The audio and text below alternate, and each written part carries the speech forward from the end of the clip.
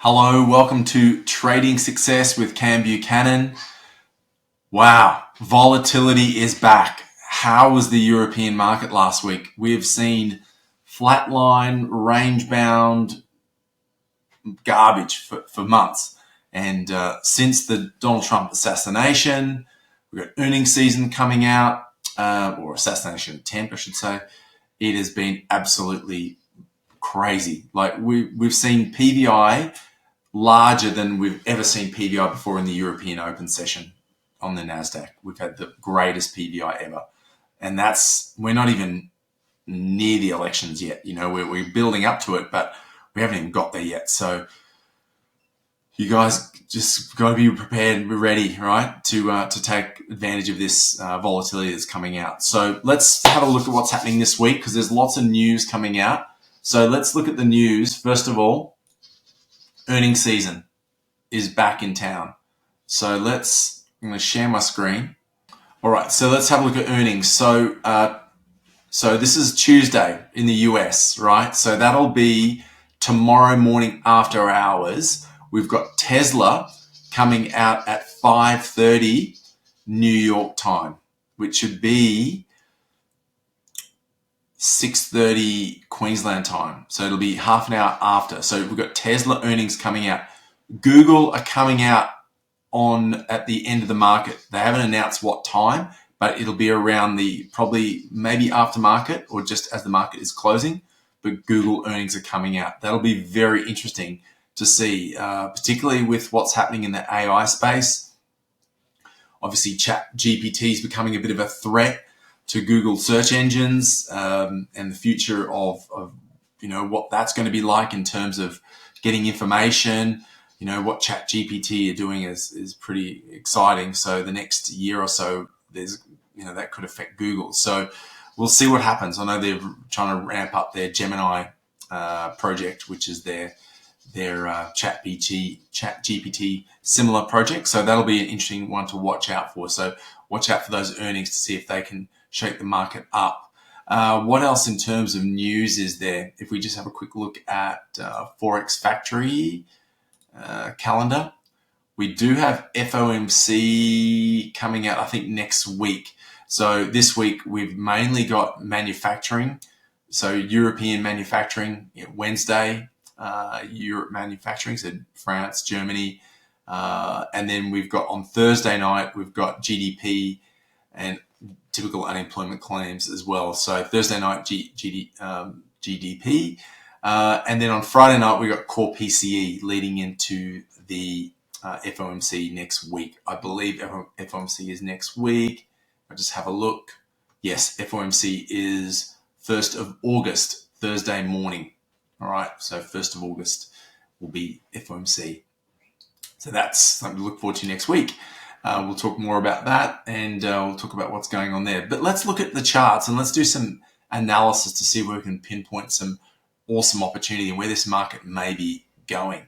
So let's first of all have a look at our darling, which is the NQ. Now, I'm looking at the NQ daily. So this is the extended hours, the 24-hour market data. Right, so what happened was, this was yesterday's trading. So we saw a bit of a recovery from yesterday's trading. We've broken Friday's high and we closed above Friday's high. So what we saw last week, what we were looking for was seeing if this market could break out of this balance zone here. So we can see we had this balance candle here. And the market got basically up to around about the 76% of the balance candle. And then we broke out on Wednesday. So Wednesday was a big sell-off day. We've created this big imbalance zone to the upside here, which may get filled in if the market wants to rally, may fill in. But we'll look at some key levels to the downside as well. So there's imbalance to the upside. Now, where did the market go to on Friday? Well, we basically sold off very hard in Europe on Thursday and Friday and Wednesday. And we broke this low over here from June 24 low. Now, we couldn't fill in this imbalance zone here. All right, so We're holding that area at the moment. Now, I think this sell-off last week was old money liquidation. I think it was a big player that was doing some profit taking. Now, for this market to continue lower, all right, what we want to see is new money coming into the market, new money selling. If we don't see new money selling coming in, and this could be an opportunity for new money buying to come back in, because we've cleaned out these imbalance zones here to the downside. We've come into this imbalance zone and we haven't quite filled it yet. So if we have a look at this is an interesting chart, right? This is the RTH. So this is the cash market.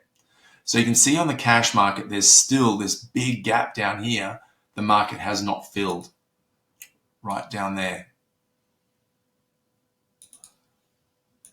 I'll just take that setting off. Okay, so we haven't even got down to the gap on the RTH.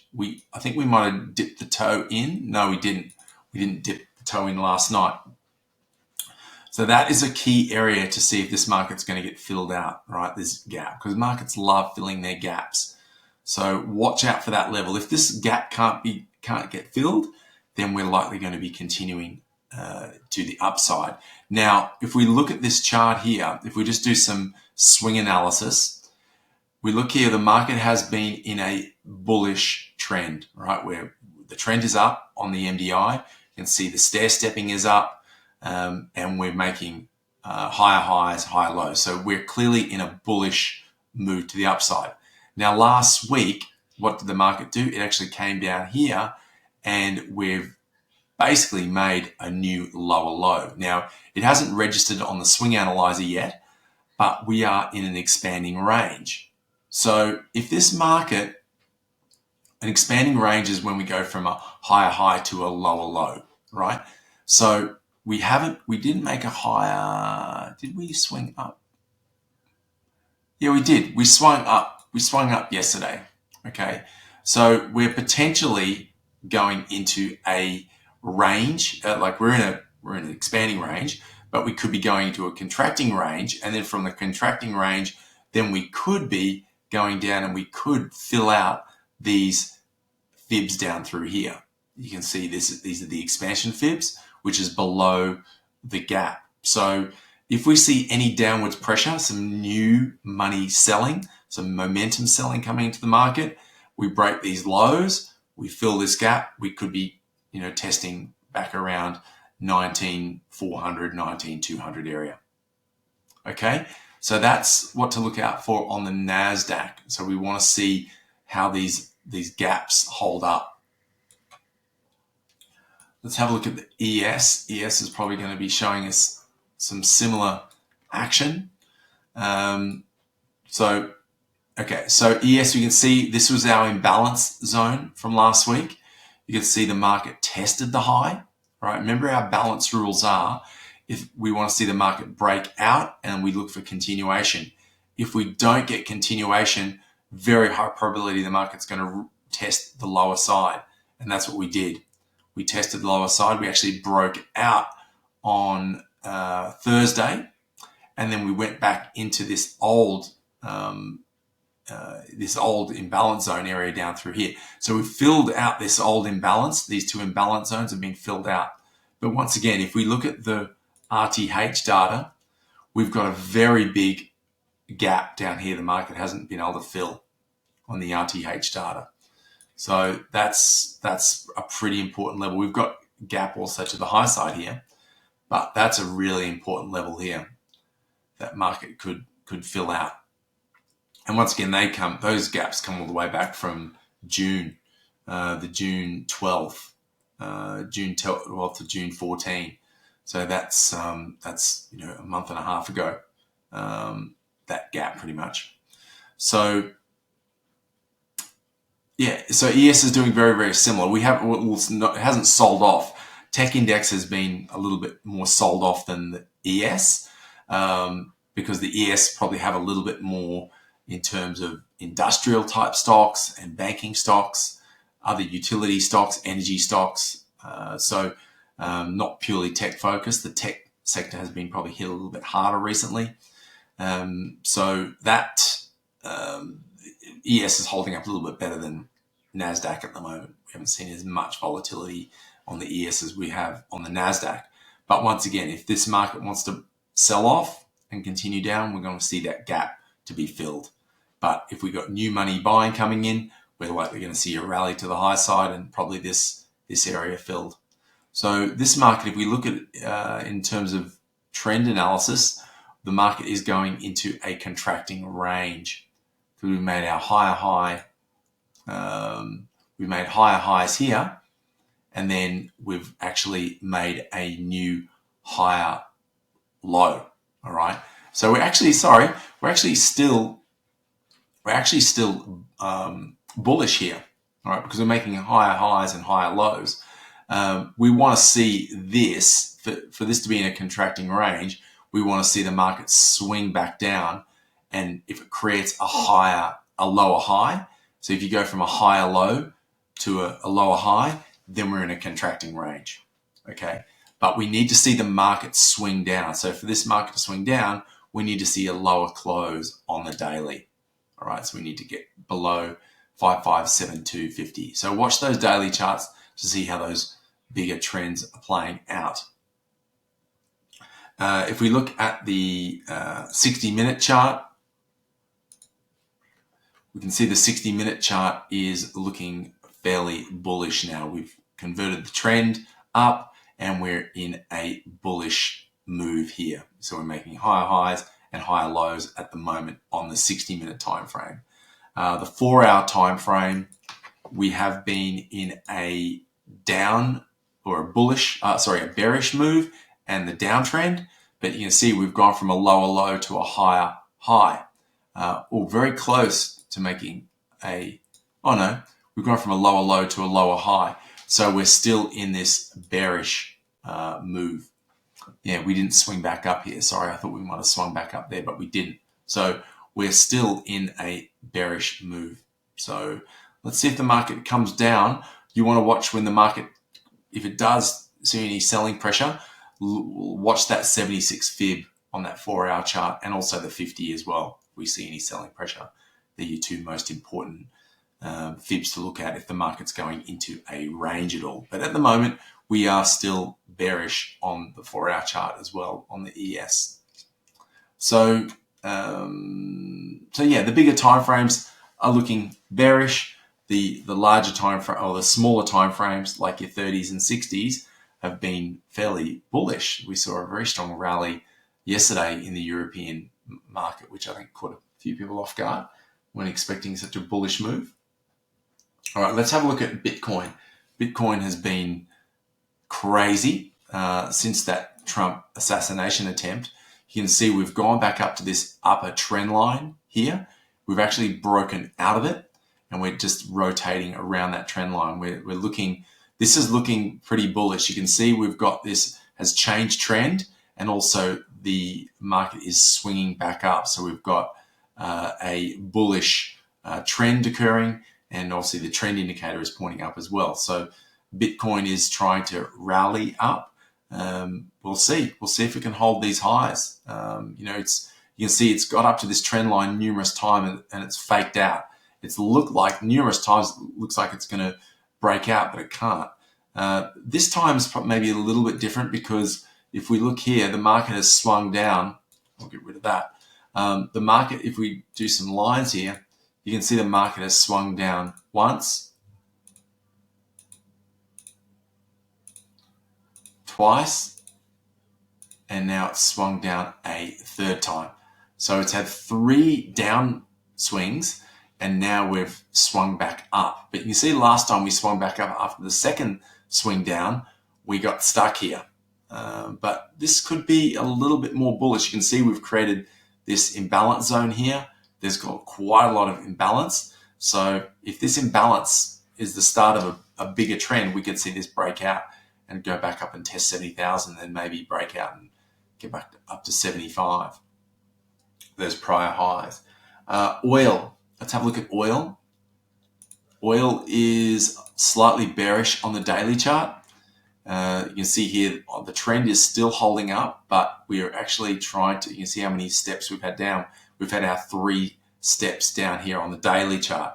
So once again, if the market finds support here, we've filled out this imbalance zone down here. There's still another imbalance zone back down here, but if we can find support here, we've cleaned out this imbalance zone, could be good buying down here because we've had 3 good swings down on the daily chart. This could be a really good opportunity to get a reversal on the daily time frames.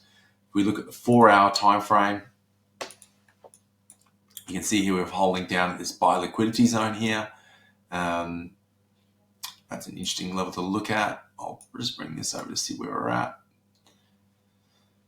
See where the most traded price is on the volume profile. Yeah, so that volume profile, the most traded price is up around $80. So we could get a nice little rebound back up to 80.